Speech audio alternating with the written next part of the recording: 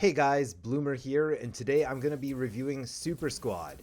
Those of you already following the channel have seen me putting out some gameplay content for this game, and now that I've had a few chances to play, I feel well equipped to discuss the pros and cons of the game. At the moment, Super Squad is still in an early closed beta, so certain things may change by the time the game is launched to the public, but that being said, let's dive in.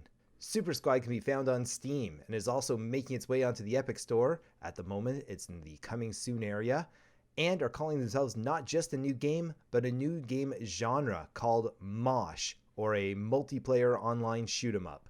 Squads of 5 players compete with each other to complete objectives to win the game. Currently, there are 2 map types, Control and Missile Strike. In Control, teams fight for, you guessed it, control of a certain area of the map. The longer you hold these points, as well as the more of them your team controls, the faster you lead your squad to victory. In Missile Strike, you have to fight first for control of keys placed around the map, and then, depending on which team is the first to collect enough keys to set off the strike, you either have to defend power relays in order to score a point for your team, or attack said power relays to cancel the enemy's launch at your base. I personally love the concept of the Missile Strike maps. It's something a little bit different than I've seen in other game types, and it makes a lot of sense for this style of game, even though sometimes the rounds can end up being more than a little bit long if neither team is able to defend their own launch.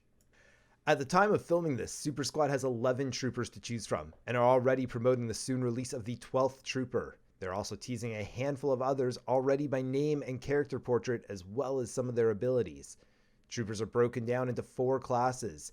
There are tanks like Skull Crusher, who can soak up damage and sustain themselves through a longer fight, or my personal favorite, Fang, who uses smoke bombs to slow the enemy down, and his companion dog Trigger to fetch or drag his opponent's back mercilessly towards him, and ideally the rest of his squad for free kills.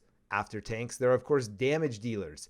Characters like Sarge, who can cause massive damage with his cluster grenades, filling up the battlefield, or his suppressive fire, where he literally creates a tornado of bullets, damaging anyone unfortunate enough to be unable to get away. Damage currently has the most variety of troopers, including Crow, a sniper so deadly you won't realize where she was until it's too late, or Xandark, an assassin from another world who can finish off kills with her backstab quicker than you can say, "Where'd that assassin go?" The other classes include support and healer, and at the time of filming only have 1 character in each.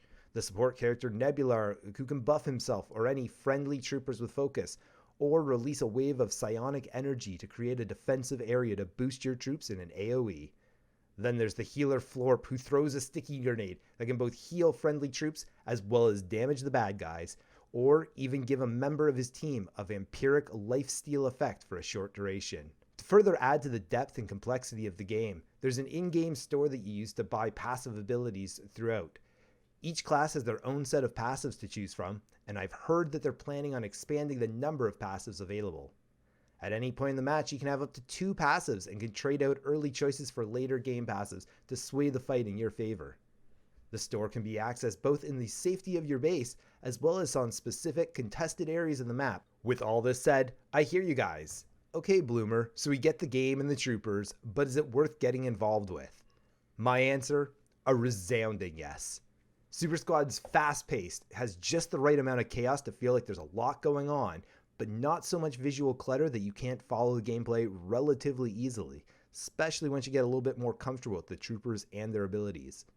Whether you're playing in a 5-stack with friends or entering the battlefield solo, the gameplay feels smooth, and you can already see how the competitive scene can and eventually is going to be a large part of the Super Squad experience. At the end of it all, the simple truth of the game is it's just fun. Super Squad feels fresh, it looks clean. It's good to remember that the game is still in early closed beta, and there are things that need work. Balance updates as the developers get more feedback, glitches that can force people into their spawn, fake launch keys on the minimap that'll need to be addressed before the game's put out on full launch. But these are easily fixable things that the dev team is very aware of. They'll also have to include some form of an MMR system to help keep the games fair and fun. Currently, every Friday, the Super Squad server is open for 2 to 3 hours, and if you'd like to get involved with a free beta key, you should join the Super Squad Discord server, which I'll link in the description below. The team is super approachable, very friendly, and even spent a bunch of time in my stream while I've tested the game out. They're listening to the community feedback as well, so it's a great time to get your voice heard and help shape the way this game develops. Have you gotten your beta key yet? What do you like about the game? What do you think they need to work on? Let me know in the comments below. Hey guys, thanks for sticking around to the end. Make sure you like and subscribe to show you're enjoying the content. It really helps. For more Super Squad content, check me out on Twitch where we're live 4 days a week. You can also join the Community Lounge Discord where you can meet up with other gamers and find some friends to play with, myself included. Till next time, bye-bye.